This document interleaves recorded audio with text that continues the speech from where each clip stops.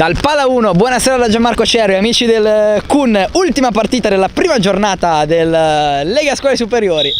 La prima edizione storica di questo nuovo bellissimo torneo.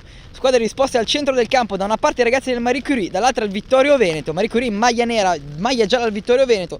Squadre che stanno ultimando gli ultimi convenevoli con il direttore di gara.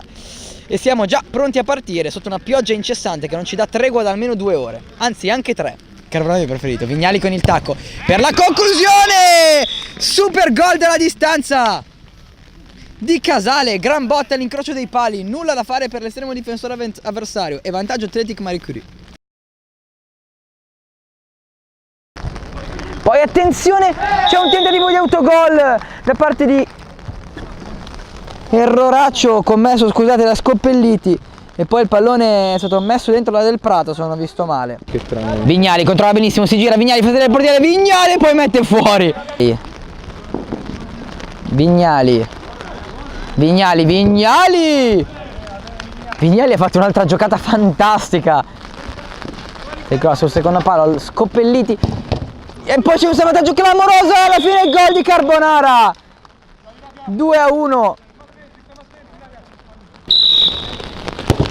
Bravo! E che gol di Scoppelliti con un gran destro, potenza pura, il pallone sotto l'incrocio che buca un po' le mani a Polizzotto, bisogna dirlo, ma il tiro era fortissimo e molto bello. 3-1 Athletic Marie Curie che sta legittimando il vantaggio adesso. Gallizia, spalla alla porta, Gallizia prova a farsi valere, serve Del Prato, calcia Del Prato! Dentro il pallone per Del Prato che la mette dentro sotto le gambe del portiere dopo l'ottimo scambio con Marinoni e c'è il gol del 3-2, parità riaperta.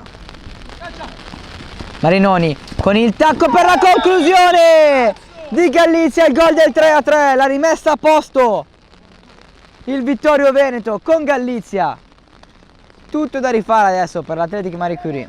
Si libera Marinoni benissimo, punta alla porta, Nizzi Griffi, cosa si è mangiato? Gallizia è uscito dalla barriera Carbonara, adesso Gallizia! Eccolo qua il gol del 4-3, rimonta completata, ha rimesso le cose a posto totalmente il Vittorio Veneto che si è portato avanti di un gol adesso. Dentro per Marinoni, pallone un po' lungo, Marinoni lo tiene, salta portiere, la porta è vuota, Marinoni, il salvataggio di Scoppelliti, gli portano via il pallone, Carbonara in avanti, Vignali!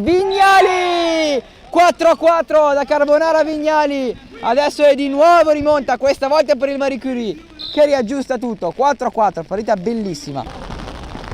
Carbonara, controlla e calcia Carbonara!